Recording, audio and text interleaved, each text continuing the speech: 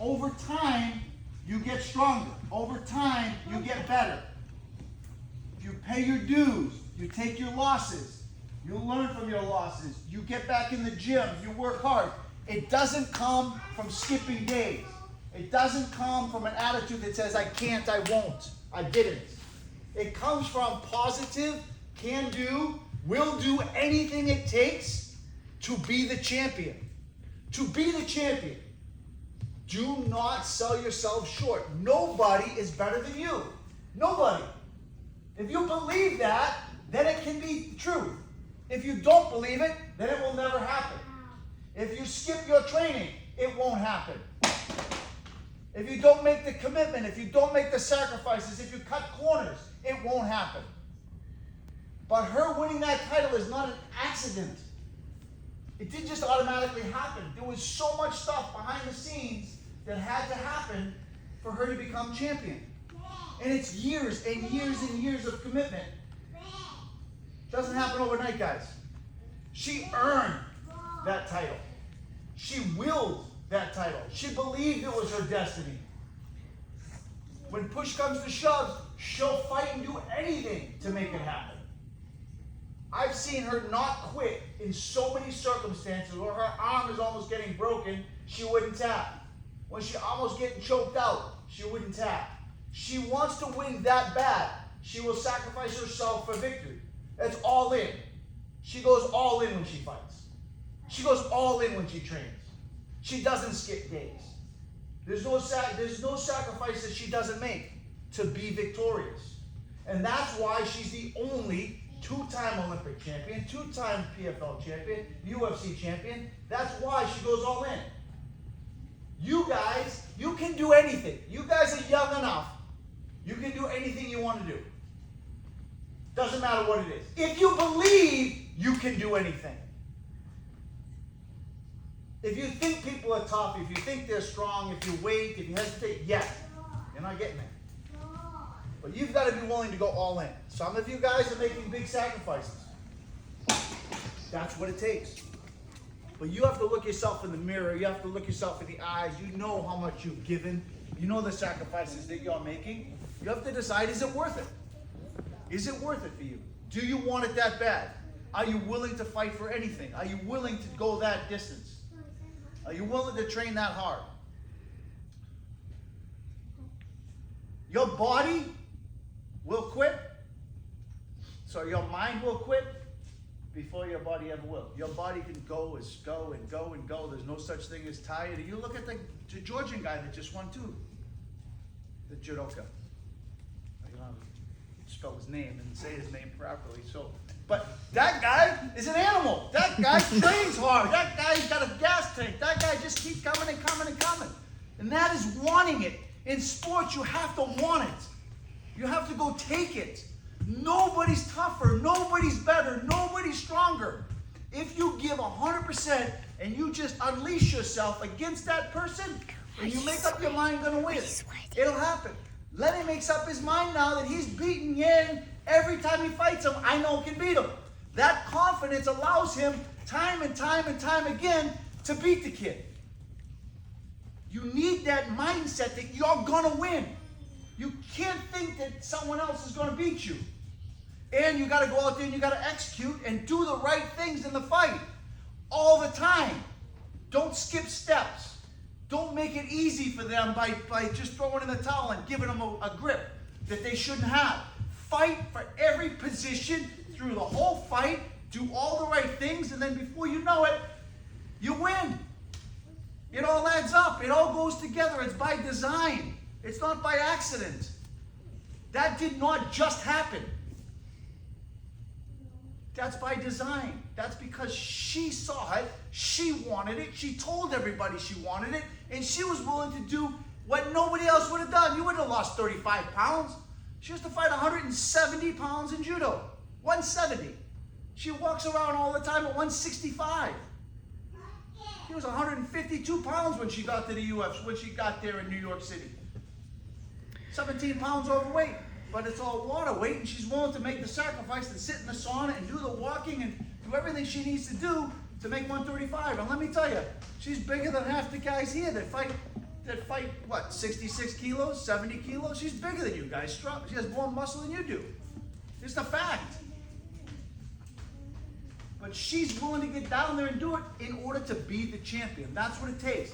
If you look at your great athletes, that's what they are willing to do. You look at Kobe Bryant, you look at Michael Jordan, you look at Larry Bird, you look at Tom Brady, you look at any of those athletes, they are willing to stay in that gym all day because they know that to get there, that's what they have to do. They have to put in the time, and they're perfectionists. They're not happy when they're training. They're not happy when the ball goes where it's not supposed to go or it doesn't go inside that net. They'll get back and they'll do, I'm doing 100 in a row until I don't miss. And I'm staying there until I get 100 in a row. That's what champions do. You guys don't see the behind the scenes. You only see them when the belt's across their shoulder or around their waist. But every day in that gym, she's crying, she's sacrificing, she's giving her heart and soul, she's putting everything into her training because she's upset that she didn't take that person down or that person got in a dominant position. And that's what it takes. You fight every inch, every day, every time until you're the best and no one can beat you.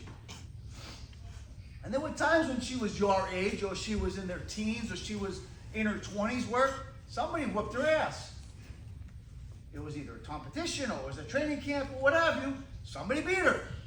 What do you do when you get beat? You're going to lay on the side and cry? You get up and you get back in their face. And even if you don't beat them, you fight like a champion through every training because you're getting stronger. Every time you push back on somebody, you're getting better. You don't get better by staying home. You don't get better by not competing in the tournaments. You don't get better by feeling sorry for yourself and put a little ice pack on your body. You get stronger by doing. And when there's time to rest and it's your day off, then rest and get a day off. But get your sleep like you're supposed to. Eat the food you're supposed to eat. Make the sacrifices and not staying out late and partying. You want to be a champion? Do the right thing. And when you're done with your career, you're done with your sporting life, look yourself in the mirror and say, I did what it took. I did everything I could. I didn't make it. I wasn't an Olympic champion. I didn't win the gold. But I did everything I could to win the gold. And I'm not dissatisfied with where I ended up. And you shouldn't be dissatisfied either if you gave it your all. It's all anybody can ask is give it your all. But shame on you if you don't. If your parents are paying for you to go to tournaments, if your parents are paying, making sacrifices and working 2 jobs or 3 jobs to help you go overseas or to help you have a career, shame on you for not giving it 100%. Because you sold them short. You told them you wanted to do it, but you didn't. You really didn't. You didn't make the sacrifice. Nobody should stop you in the sport of judo. It's a one-on-one sport. It's not basketball. It's not soccer. It's not something where politics might play a role or they think somebody's better than you. Everybody gets to play judo. Everybody gets to fight MMA. It's one-on-one. It's you against that person. It feels great when you walk around a tournament the next day and you beat everybody. It feels awesome. You know why? Because you can look your opponents in the eye and go, I beat you today. Feels good winning. But it's also got to eat your heart out when you lose. Meaning the next day when you don't win, it should bother you that somebody beat you. Because you got to get better. Because you want to be the best. And that's the attitude you got to have if you want to be a champion. And that's what she embodies. And some of you guys have known her for a long time. She wasn't always world champ. She wasn't always Olympic champ. There were times where she went 0-2 in tournaments, or she got beat first round or second round at the World Championships, and she had to figure out who she wanted to be. But I can tell you what, she sacrificed every day. She never skipped her lifts, she never skipped her training, and she went with the best people in the dojo all the time to get better. And that's what it takes.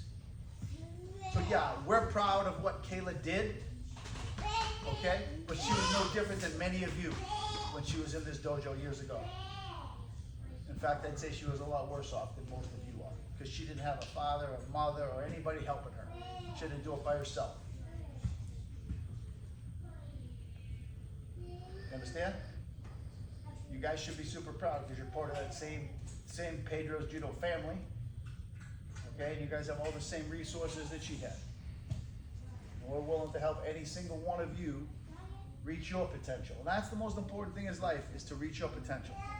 Be good people, go to school, get an education, work hard, listen to your parents, be good kids, grow up with good friends, be loyal, be passionate, make sacrifices.